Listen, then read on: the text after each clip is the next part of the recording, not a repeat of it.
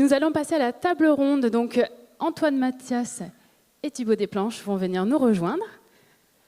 Allez-y, installez-vous. Et là, si vous avez des questions, n'hésitez pas. On est parti pour les questions-réponses. Oui, moi j'ai une question. J'aimerais parler d'azote. Sur notre domaine, cette année, on s'est rendu compte qu'on avait des azotes assimilables dans les mous qui étaient 2 à 3 fois supérieurs à un millésime de référence classique. Je voulais savoir si cette tendance avait été observée soit par d'autres vignerons ou même par vous, les scientifiques, et si on pouvait aussi, si on avait une explication. Moi, je peux donner un élément de réponse, mais ensuite, à la question, est-ce que d'autres vignerons ont rencontré ce truc-là? Je pense qu'il y a un bel échantillon ici. Faites comme ça si vous êtes d'accord. Tout simplement sur l'azote, comme je l'ai dit dans la présentation, 100% de l'azote hors fertilisation provient de la dégradation des matières organiques. Et donc vous avez une année qui était plutôt favorable à la minéralisation, c'est-à-dire à la consommation des matières organiques. Il a fait à la fois chaud et humide. Et donc ça a tout simplement favorisé la minéralisation. La deuxième chose, c'est l'azote qu'on va retrouver dans les mous. Il vient principalement de l'azote qui a été assimilé lors de la phase, on va dire, post-nouaison. En gros, après que la vigne ait formé sa baie, l'azote va migrer préférentiellement dans la baie plutôt que dans les feuilles ou dans les sarments. Et donc dans cette phase-là spécifique post-nouaison, s'il fait à la fois chaud et humide et que vous avez des sols susceptibles de bien fournir de l'azote, c'est-à-dire avec une biomasse microbienne importante qui consomme bien les matières organiques et qu'elles sont suffisamment azotées, vous avez tout le cocktail réuni pour faire de l'azote assimilable de façon importante dans les mous. Est-ce que ça va se reproduire si vous avez des saisons qui se ressemblent, enfin des millésimes qui ressemblent à celui-ci? Oui. Sinon, non. Voilà. Je ne sais pas si...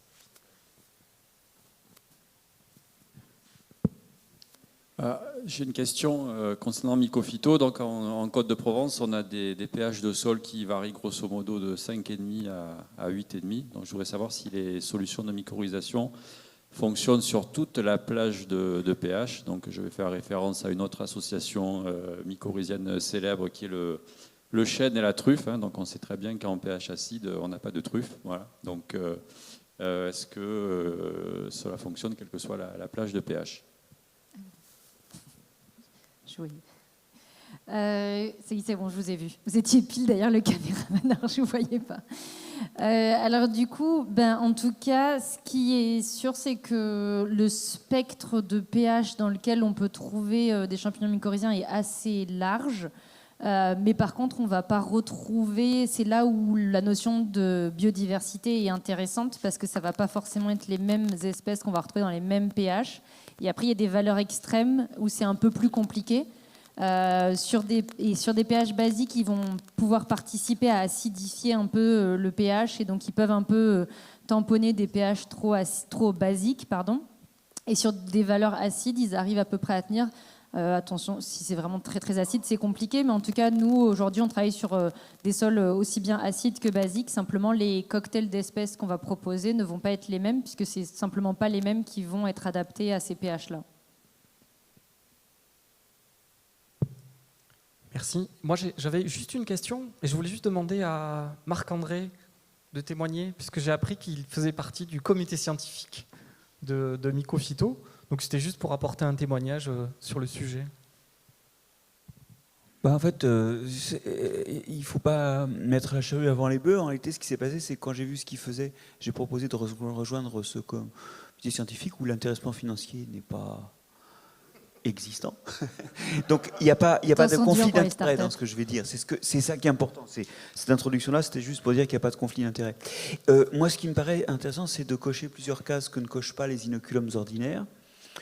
D'abord, ce n'est pas un inoculum introduit de sources exotiques. Deuxièmement, il est pensé en adaptation à un sol ou à un terroir. C'est vrai que souvent, quand on achète quelque chose dans le commerce, il n'y a pas forcément d'adaptation locale ou régionale, on va dire. Et la troisième chose qui me paraît la plus importante, c'est que c'est un inoculum multiple. Quand on achète des inoculums du commerce, il y a souvent 1, 2 ou 3 souches. Mais ce qu'on sait très bien sur cette association, c'est que tous les champignons ne conviennent pas à toutes les plantes et vice-versa. Donc il y a en fait un besoin d'éprouver les partenaires. C'est-à-dire que les mycorhizes se mettent en place, puis elles fonctionnent que si les deux protagonistes trouvent leur compte. S'il n'y a pas le choix, eh ben, il n'y a pas forcément le partenaire qui convient. Sachant que bien que ces champignons puissent s'installer sur toutes les plantes, et que les plantes puissent se connecter à tous ces champignons, il y a quand même des choix qui font que ne vont fonctionner que les associations qui marchent pour les deux protagonistes. Et là, donc, il y a un choix. C'est important parce que, quelque part, ce que je viens de dire, c'est ce qui explique que les résultats soient moins aléatoires avec ces méthodes qu'elles ne le sont avec les inoculums du commerce. C'est l'explication a posteriori de pourquoi il y a une différence de fréquence de réussite.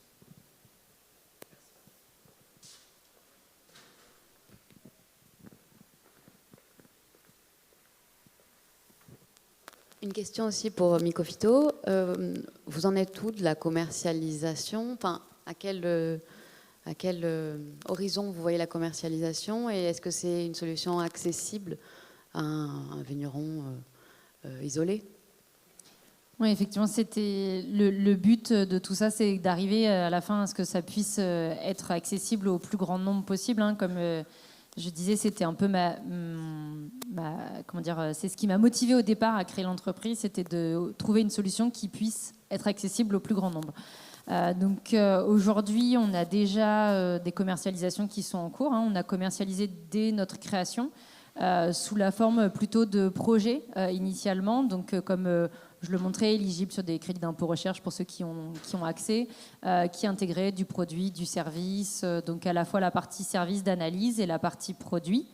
Aujourd'hui, on est beaucoup plus près du produit que du service. Donc ça, c'est lié à nos capacités à nous de production. On avait 700 mètres carrés de serre il y a quelques mois. Aujourd'hui, on atteint un peu plus de 1200, 1500 mètres carrés. Donc ça change aussi le nombre de tonnes qu'on est capable de sortir par an en termes de produits. Et l'enjeu est de se situer autour d'entre 1000 et 1500 euros l'hectare sur le produit. Donc c'est clair que c'est un produit sur lequel il y a un investissement initial qui est important. Par contre, je l'ai dit, c'est pas plusieurs applications par an et c'est pas une tous les ans.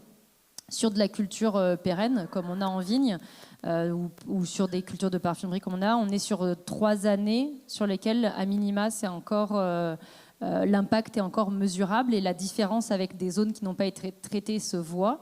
Après, en fonction des contraintes des itinéraires, du point de départ aussi du sol, il va falloir remettre un boost plus ou moins régulièrement, mais accompagner d'autres pratiques, parce qu'effectivement, c'est loin d'être de la magie et ça doit s'accompagner avec d'autres choses qui sont mises en place. Ça peut durer et l'objectif, en tout cas, est un investissement qui soit durable avec un retour qui arrive à un moment donné. Mais ce qui est intéressant, c'est on a essayé de s'amuser à chiffrer un petit peu ce que ça pouvait impacter, notamment le maintien des rendements, si il était étendu à l'hectare, ce qu'on a eu à 100 plants, ce qui est vraiment un truc très théorique et hypothétique, hein, on est d'accord. Et avec des coûts théoriques, ça peut aller jusqu'à potentiellement 24 000 euros en fait, de gain, ce maintien de rendement. Donc finalement, c'est un investissement qui regarde ce qu'il peut apporter et pas si important. Même si je l'entends, c'est loin d'être un petit investissement. Petite question, moi, presque sur du marketing. Est-ce qu'on voit aujourd'hui qu'il y a une espèce de prise de conscience sur la vie des sols au sein des professionnels? Est-ce que vous pensez que ça peut se transmettre aux clients au-delà du goût des vins ou de l'évolution des goûts? Est-ce qu'on va pouvoir toucher aussi une clientèle au-delà de on est en agriculture biologique, on est en biodynamie, sur le fait qu'on va prendre soin des sols? Marc-André parlait d'aller capter des crédits carbone, mais est-ce qu'on peut aller aussi capter en termes de marketing? Est-ce que c'est quelque chose qui peut ressortir en écrivant sur les bouteilles qu'en fait on utilise des produits Mycophyto ou qu'on prend soin de nos sols?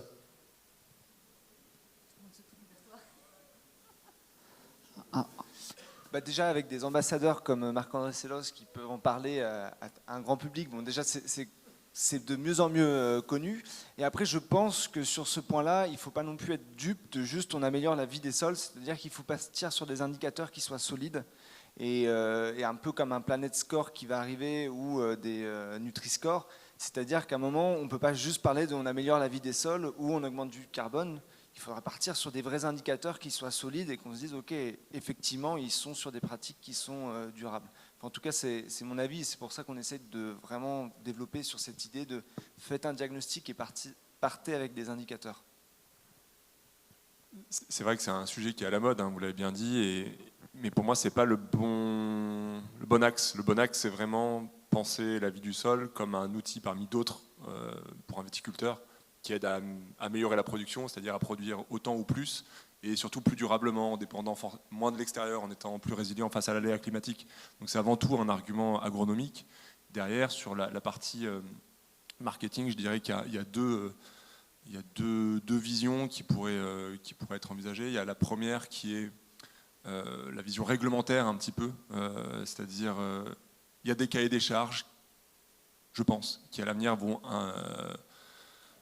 obliger à mesurer, vont obliger à améliorer. En fait, c'est déjà le cas hein, chez certains grands groupes, dans certaines filières aval, dans lesquelles ils mettent en place, voilà, si vous n'avez pas montré que vous avez amélioré vos sols, dans ce cas-là, on arrête de s'approvisionner chez vous. Voilà, ça existe déjà. Et puis la deuxième chose, c'est encore une fois une petite réglementation.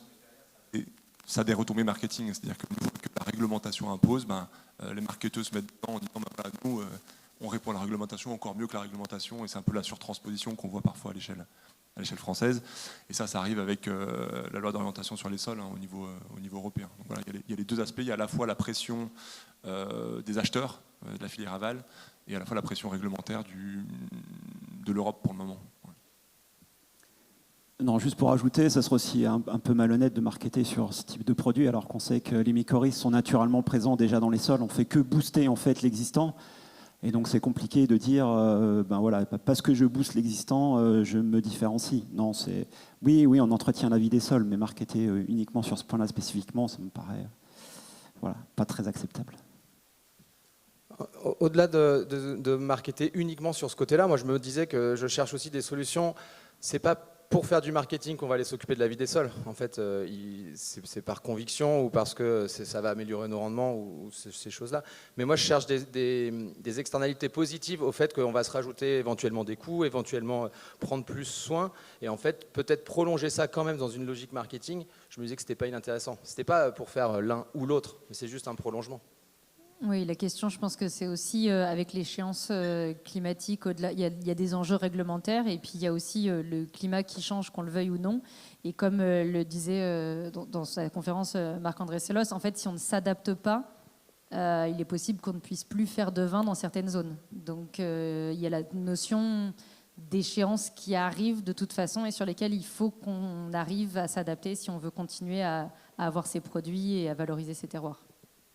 Pour répondre vraiment précisément à la question, en fait, oui, je pense que ça peut être un argument marketing, parce que c'est déjà le cas chez certaines sociétés et dans certains groupes. Voilà. Donc ça peut se faire aussi à l'échelle plus individuelle. Ouais, il me semble que vous avez dit que Microphyto permettait à la plante de mieux résister à la sécheresse, si j'ai bien entendu. Hein. Vous pouvez nous expliquer un peu ? Expliquer la résistance à la sécheresse, la tolérance. Enfin, en tout cas, c'est ce qu'on a vu sur nos mesures, hein, sur le suivi hydrique. On avait un meilleur comportement vis-à-vis de la contrainte hydrique sur les plants qui avaient été mycorhizés par rapport à la modalité témoin. Donc après, peut-être juste, mais tu vas expliquer, Justine, sur la partie eau.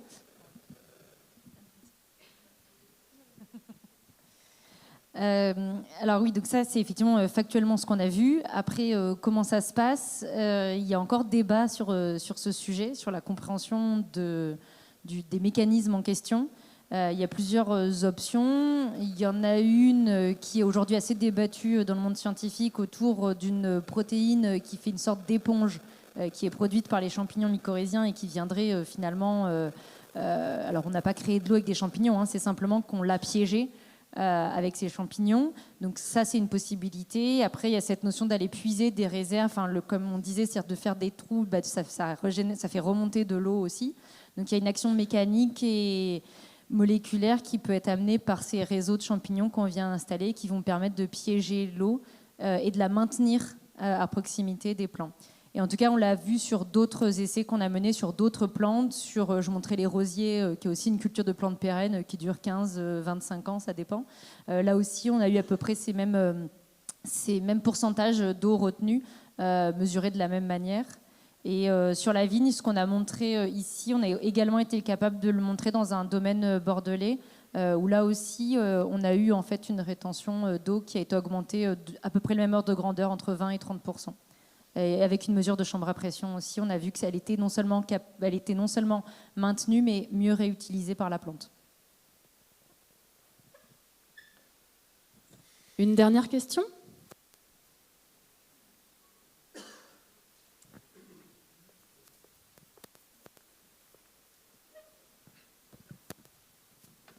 Merci. Est-ce que les parcelles que vous avez utilisées étaient particulièrement d'accueillir des champignons? Il y avait un taux de matière organique très particulier, il y avait... Alors à la base, non. On avait choisi cette parcelle parce qu'elle était irriguée. On voulait avoir une modalité irriguée pour démarrer la première phase expérimentale.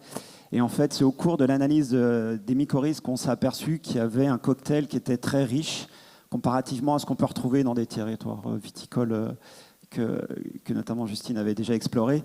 Donc oui, le terrain était plutôt favorable, mais c'était bien involontaire en fait.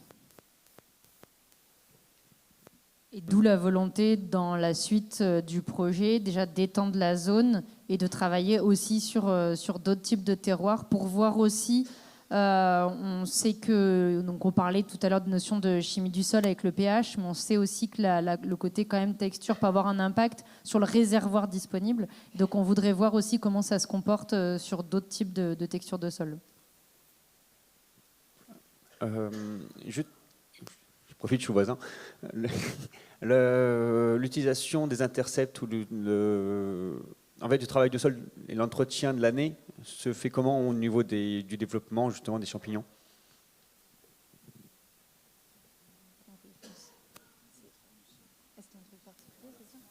Ah ok, pardon, j'avais pas compris la question. Alors en fait, l'idée normalement, c'est d'essayer de s'intégrer dans des pratiques où on va essayer de limiter ce travail du sol.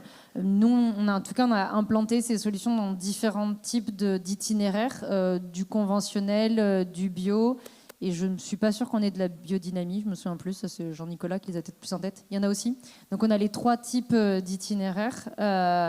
Et en fait, ce qu'on suit, c'est comment ça va évoluer. L'enjeu des pratiques va surtout être sur la durabilité en fait, de la solution, mais ça s'intègre dans tout type d'itinéraire avec, de toute façon, pour les champignons comme pour le reste, une nécessité de réduire les actions mécaniques pour préserver au sens large la vie des sols. Et on l'a intégré aussi sur du couvert pour essayer de l'intégrer au moment de la mise en place d'un couvert végétal. Et justement pour que quand la vigne elle est en arrêt, le couvert effectivement puisse prendre le relais pour que ces mycorhizes survivent plus longtemps et que à nouveau ça soit durable le plus longtemps possible et que ça apporte le plus possible à la vigne. J'ai encore une question. Est-ce que vous avez pu comparer des parcelles avec la présence d'arbres ou pas? Enfin, par rapport à la réserve en eau, est-ce que vous avez pu comparer des parcelles avec des espèces boisées autour ou si c'était des parcelles isolées de la forêt? Je réfléchis. Je pense pas qu'on a intégré cette modalité dans nos suivis. On a des cas où il y en a ou pas, mais dans tous les cas, le témoin est dans les mêmes conditions. Enfin, j'ai pas de comparaison de parcelle qui est arborée et une autre qui ne l'est pas. Non, ça c'est pas quelque chose que on a fait en termes de données. Dans tous les cas, c'était arboré et il y avait avec ou sans, mais j'ai pas en transverse.